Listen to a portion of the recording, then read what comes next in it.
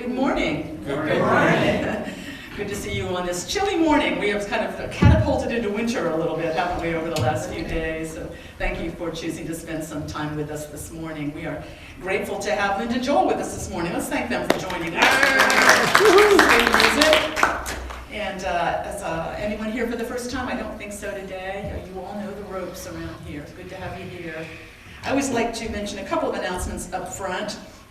And we can go into more detail at the end where we'll do them again. But the Fall Coffee House, of course, is this Friday at 7, right in the back room here. We're going to make it look as much like a coffee house as we can back there. I think the setup team is going to be working on that on Thursday. Is that right? Around 1. Extra hands are always welcome for setup, and then, of course, for bringing some finger foods for it, for our buffet table, and to help a little with cleanup after, all that kind of thing. Was welcome. I have a sign-up sheet back there on the back table if you can lend a hand with anything, bringing a plate of food or staying after to help a little bit, whatever. Lots of musicians and artists displaying new work, and it's going to be a lovely evening on Friday. I hope you can join us. 7 o'clock. And next Sunday, it's a guest speaker Sunday, and the wonderful Jazziana Chalet is going to be here sharing some of her wisdom with us. She's, as you know, she's very interested in fitness and in healthful, active aging. It's a passion of hers. And she's an integrative nutritionist and an infinite possibilities trainer. I find that very interesting. I hope she'll tell us more about that. She's speaking on the topic Blessed Indeed next Sunday. I think you all know, there's a sign-up sheet in the back about a texting group. If you would prefer, and maybe in addition to getting the email newsletter each week or instead of it. A lot of people are finding it hard to track emails nowadays. There's so much stuff coming through by email. If you'd rather get a quick text once a week about what's coming up at the church, just give us your name and cell number for texting. I've got a list back there on collecting, and we can start doing that soon. And finally, we're going to do a food drive over the winter, collecting good quality canned and packaged goods for the food pantry of people in need of Delaware County. So we'll have a box at the back as of next week. There's a flyer back there about the kind of good quality stuff they're particularly looking for.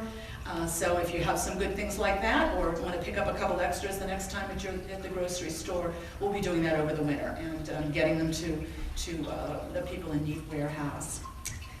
All right, I think that's it. So as always, we begin with prayer. We begin to settle and relax and center ourselves and begin to bring into our minds all those people or situations we are lifting up in prayer and holding the highest for. And Linda and Joel will guide us into prayer with a beautiful song by Bethany Ullman called Lead Me to the Light.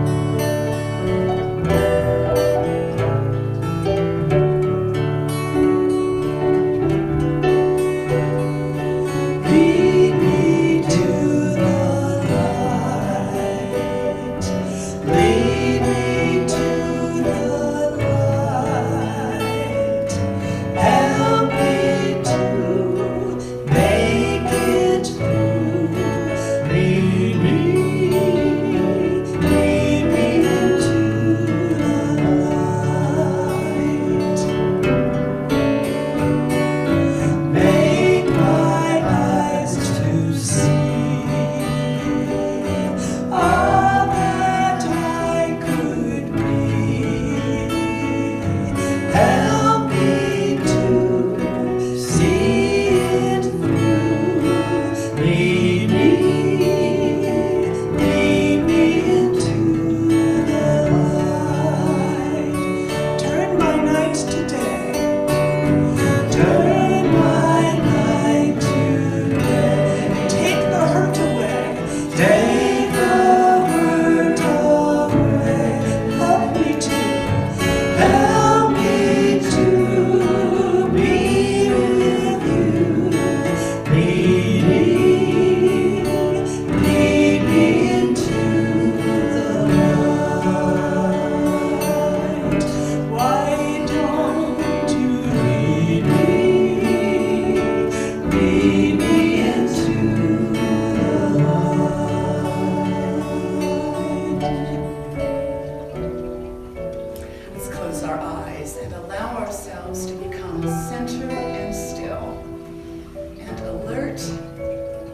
power and presence of God that abides in us, that we live and move and have our being within. We are wide open to the influence of that power and presence. We invite God to heal us at depth, to fill us with that steadying peace and that guiding wisdom. We know every one of us, living beings everywhere, are deeply connected to that power, that presence. Not one of us is separate or apart from it. All that we need, we can draw direct from that source. We affirm this truth for all those in need of healing this day, for all those in need of comfort or guidance or protection. We see them filled and surrounded by the light of God, the enfolding love of God. We invite God to guide us through the days of the week before us, by day and by night, bringing us the wisdom we need, the encouragement, the courage, and the strength. How grateful we are to know that in all times and all places, God is with us, and all is well. And so it is. Amen. Linda Joel are going to do a song for us. I don't think I know this one. Robin and Linda Williams' song called Let Us Cross Over the River.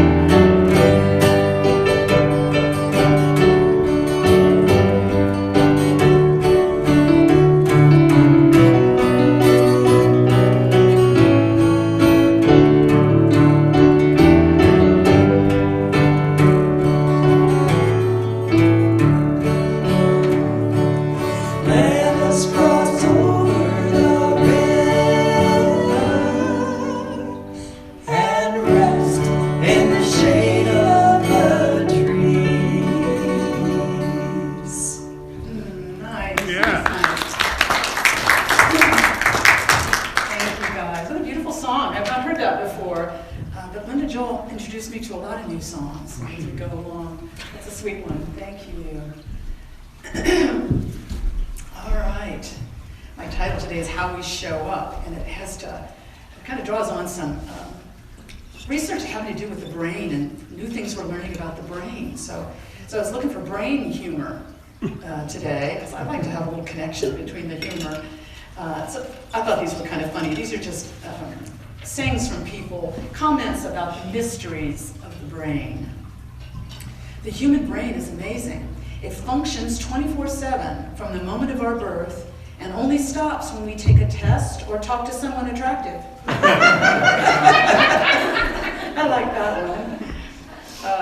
I don't know why my brain has kept all the words to the Gilligan's Island theme song and has deleted everything about triangles. My brain, somebody says, my brain, 5% names, 3% phone numbers, 2% stuff I need to know for work, and 90% song lyrics. Like this one, my brain is like the Bermuda Triangle. Information goes in, and then it's never found again. And finally, I like this one. Right now, my brain is like a web browser. I've got 21 tabs open, 5 of them have crashed, and I can't work out where the music is coming from. I like that, because then we can relate, can't we? That's all our brains feel that way sometimes. But boy, there was some exciting information, I think. Life-changing kind of information. I think it's some of the biggest discoveries of our age coming out about our brains, particularly about the neuroplasticity of the brain. Any of you have been bumping into that word? I think it's fascinating.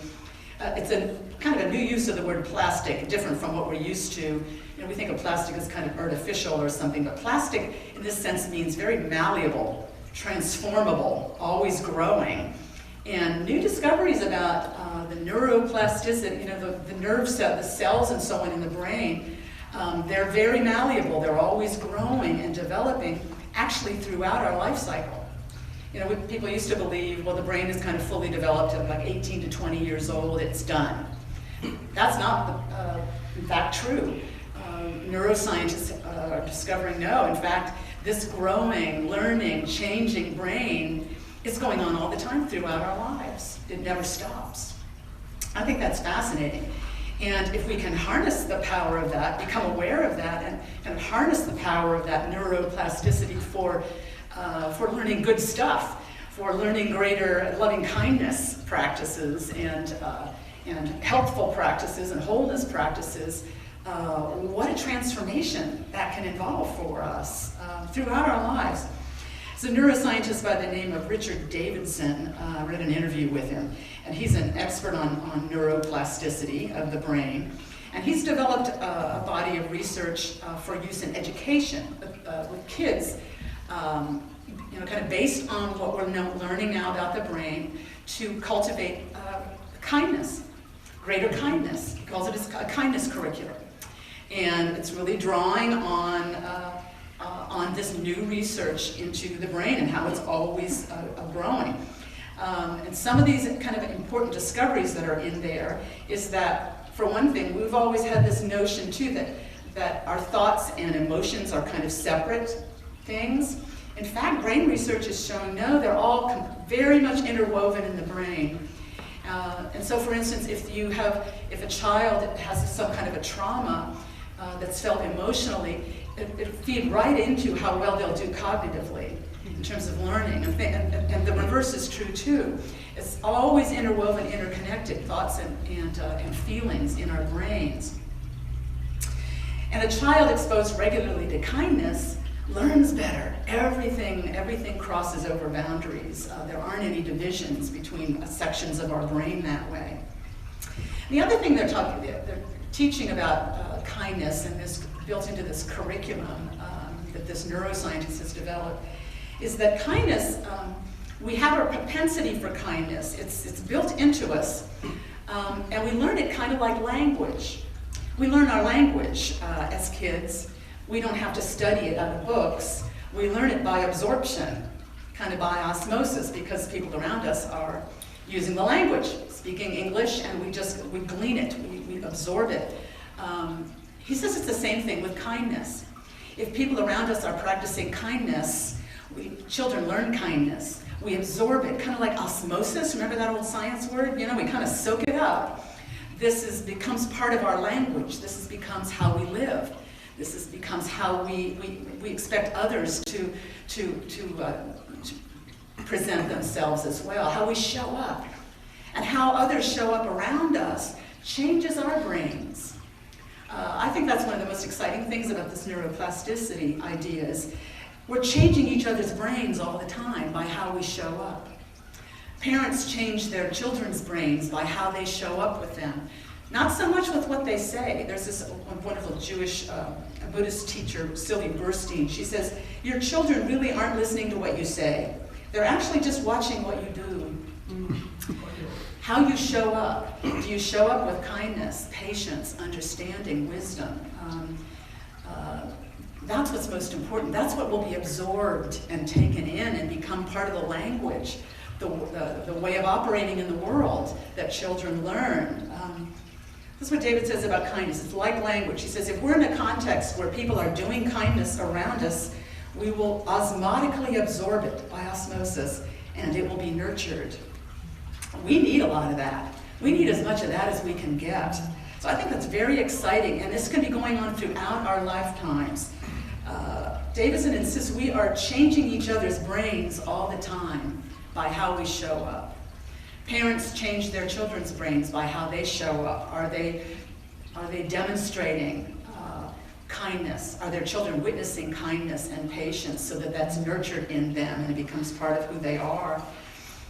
Teachers, it's constant with teachers. When teachers interact with students, they are changing the brains of their students by how they show up. It changes them structurally. Nerve cells changing by how children are treated in a classroom.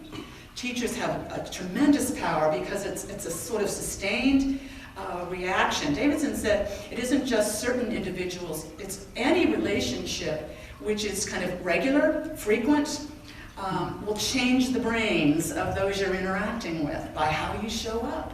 Not by what you say necessarily or the information you share, just by who you are and how you're showing up. Makes me think of it's an old Ralph Waldo Emerson quote. He said, who you are speaks so loudly I can't hear a word you're saying. I love that quote, isn't that? How you show up has so much more power than any words you might say. And we feel that. And children feel that very strongly in education. I still remember to this day a wonderful third grade teacher I had in an overcrowded baby boomer third grade classroom with some acting out ones and behavioral issues and so on. And this very wise, patient, kind third grade teacher, Mrs. Marshall, taught us all to knit. And we had knitting periods during the day where we'd all get out our knitting needles and knit, and she'd go around and she'd praise everything that the children were doing. She encouraged people to draw, share their art, a lot of praise, a lot of kindness, a lot of appreciation. What an impact a teacher like that has on children's brains. And that means on their thoughts, on their feelings, on who they are and who they're becoming. Maya Angelou said, people will forget what you said, but they will never forget how you made them feel. That's why I still remember Mrs. Marshall all these many, many years later. Well, I think it's very kind of exciting stuff to reflect on, this neuroplasticity of the brain and what that means for us. It seems like kind of scientific confirmation of scriptural teachings and sacred teachings we've been getting, down through history. I think it brings new meaning, for instance, to that scripture from the Apostle Paul. He says, be transformed by the renewing of your mind. That's going on all the time. The neuroplasticity of the brain means we are always learning and growing, changing, renewing ourselves. And we're transformed by that, by the new ideas we're taking in.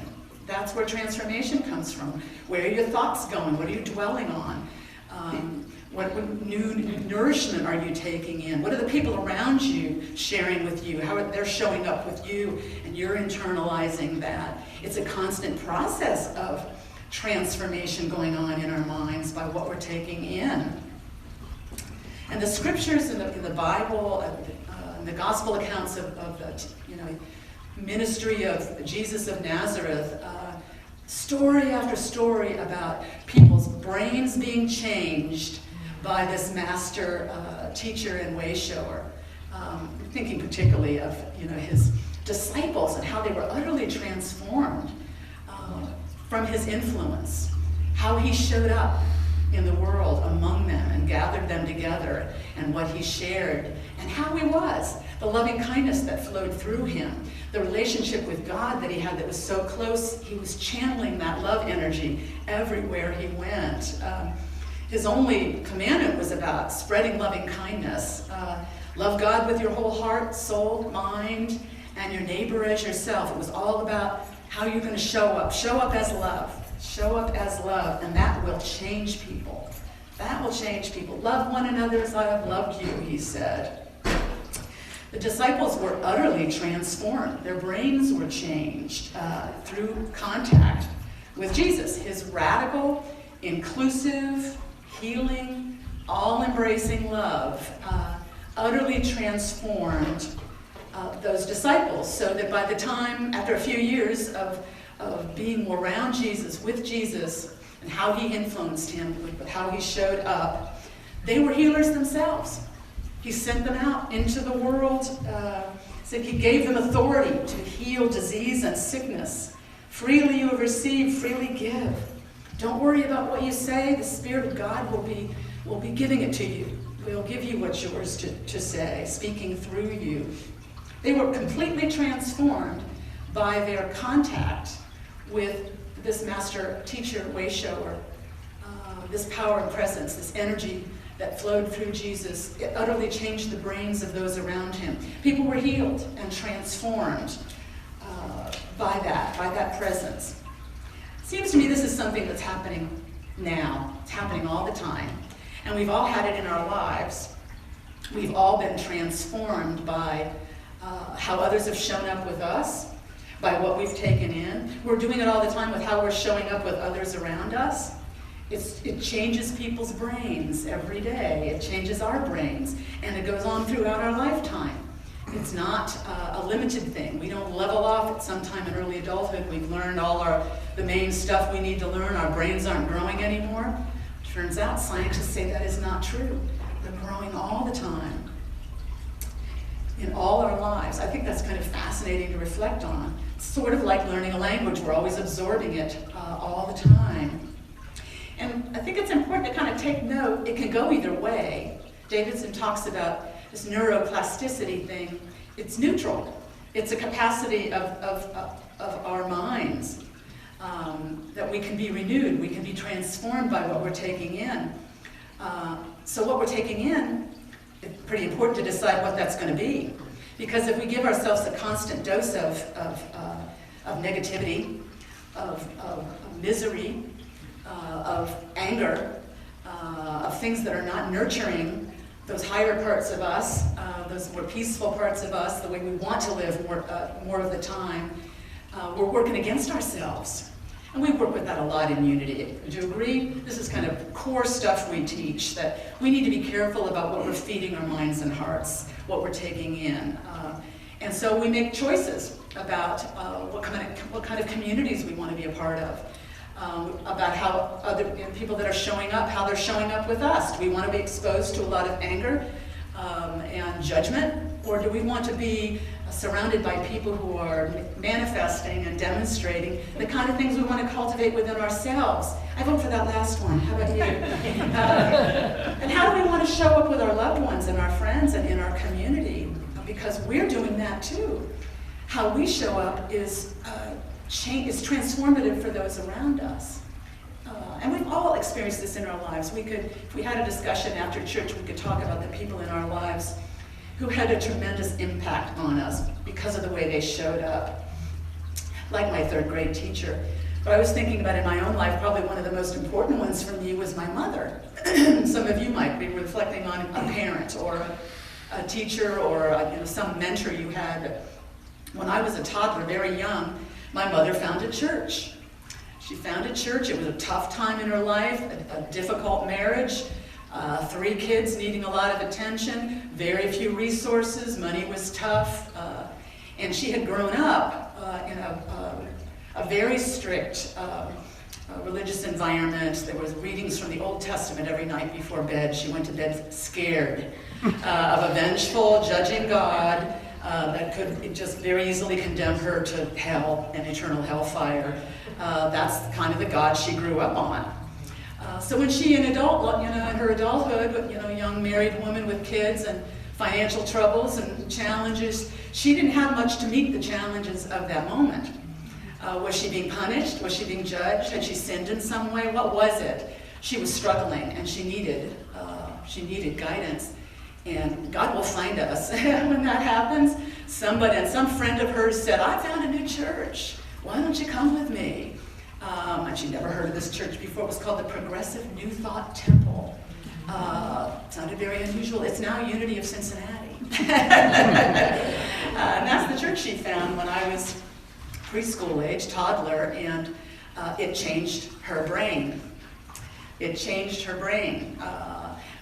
Starting to go to church regularly, this regular interaction with a different kind of way of seeing the world. The leadership of that church, E.B. Ingraham, very enlightened leadership, very kind, and the kindness teachings about love coming out of that church were powerful, and it changed how she thought. It gave her a new God and a new relationship with God, a God that was all about love and constant guidance and support, unfailingly, non-judging, unconditional, a whole different way of thinking about God and herself, and it gave her resources to meet the challenges of her life. And of course, I got to witness that. Osmosis. Soaked it up, was able to witness and absorb. This is a whole different way of living now. More peace, more resilience in adapting to challenges, meeting the needs of the moment, silence, more quiet, prayer, meditation. She had cultivated a whole curriculum of resources from her new relationship with God. So, yeah, it changed my brain. Something is playing. The music in my brain. How do I turn it off?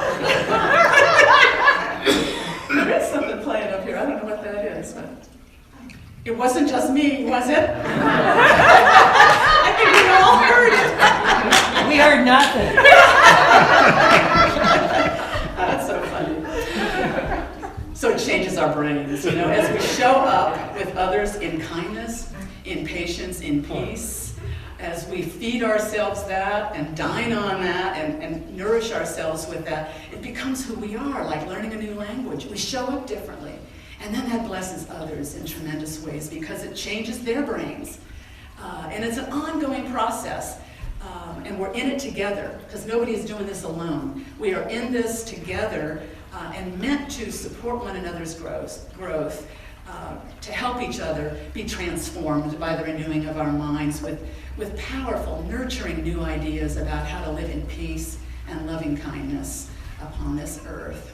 So let's take that into a closing prayer if we could, and just close our eyes for a moment and affirm our awareness that this amazing mind and heart of ours, this God-given energy within us, always go for our good. That God is always leading us in the path of goodness, of freedom, of peace. And our minds are wide open to divine influence through all those around us, through the activities of our days and nights. We are ready to receive from the goodness of God, God's peace and love and wisdom, and ready to channel it for others. Thank you, God, for your unfailing presence with us now and always. Amen. All right, Linda Joel have another song for us, which I don't think I know the author of the song, but it's called Lead Me to the Rock. That sounds good. I tried finding the composer, but I think I unitized this so much I couldn't find the composer.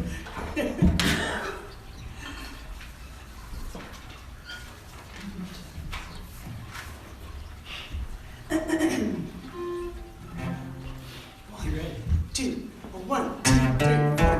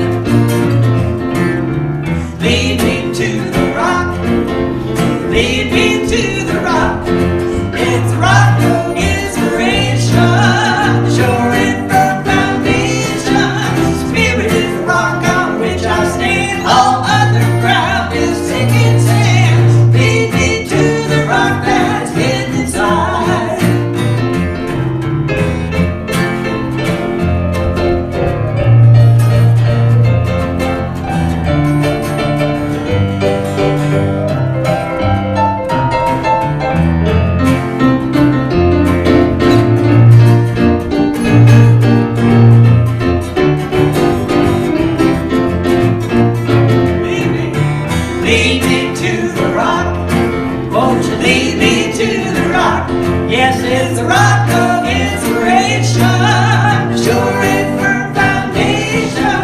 Spirit is the rock on which I stand. All other ground is sinking sand. Lead me to the rock that's hidden inside. Lead me to the rock. Lead me to the rock. It's the rock of inspiration.